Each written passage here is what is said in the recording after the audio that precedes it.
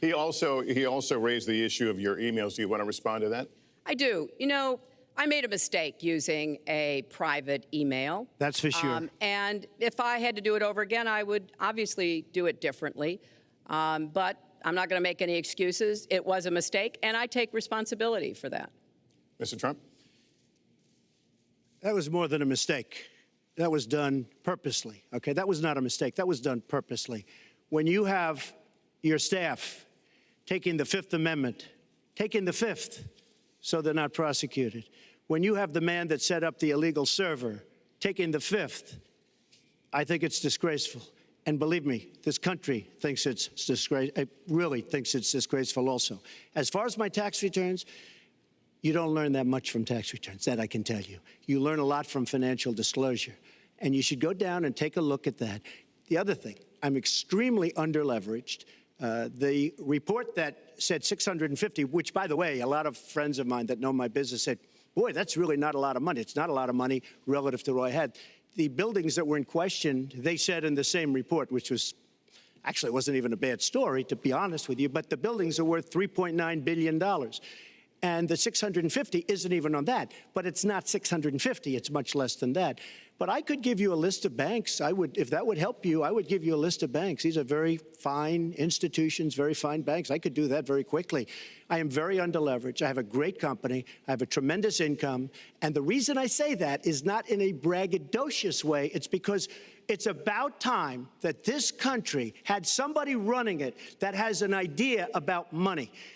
When we have $20 trillion in debt, and our country's a mess. You know, it's one thing to have $20 trillion in debt, and our roads are good, and our bridges are good, and everything's in great shape. Our airports are like from a third world country. You land at LaGuardia, you land at Kennedy, you land at LAX, you land at Newark, and you come in from Dubai and Qatar, and you see these incredible, you come in from China, you see these incredible airports, and you land, we've become a third world country. So the worst of all things has happened.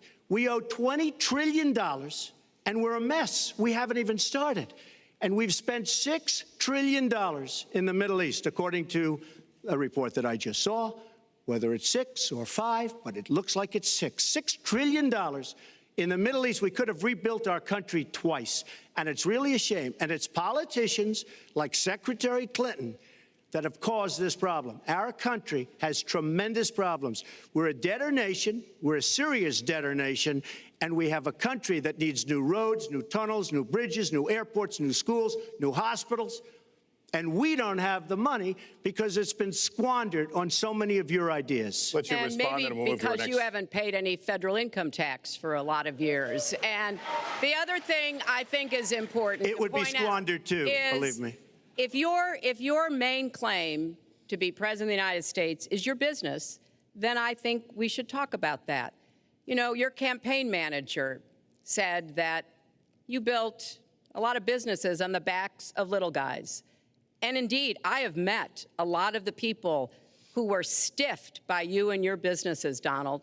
I've met dishwashers, painters, architects, glass installers, marble installers, drapery installers, like my dad was, who you refused to pay when they finished the work that you asked them to do. We have an architect in the audience who designed one of your clubhouses at one of your golf courses.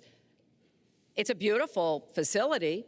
It immediately was put to use, and you wouldn't pay what the man needed to be paid, what he was charging you. Maybe he didn't do a good job, and I was unsatisfied with his work, which our country should do too. The thousands of people that you have stiffed over the course of your business not deserve some kind of apology from someone who has taken their labor, taken the goods that they produced, and then refused to pay them? I can only say that I'm certainly relieved that my late father never did business with you. He provided a good middle-class life for us, but the people he worked for, he expected the bargain to be kept on both sides.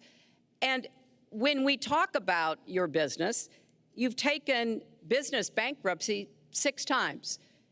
There are a lot of great business people that have never taken bankruptcy once. You call yourself the king of debt.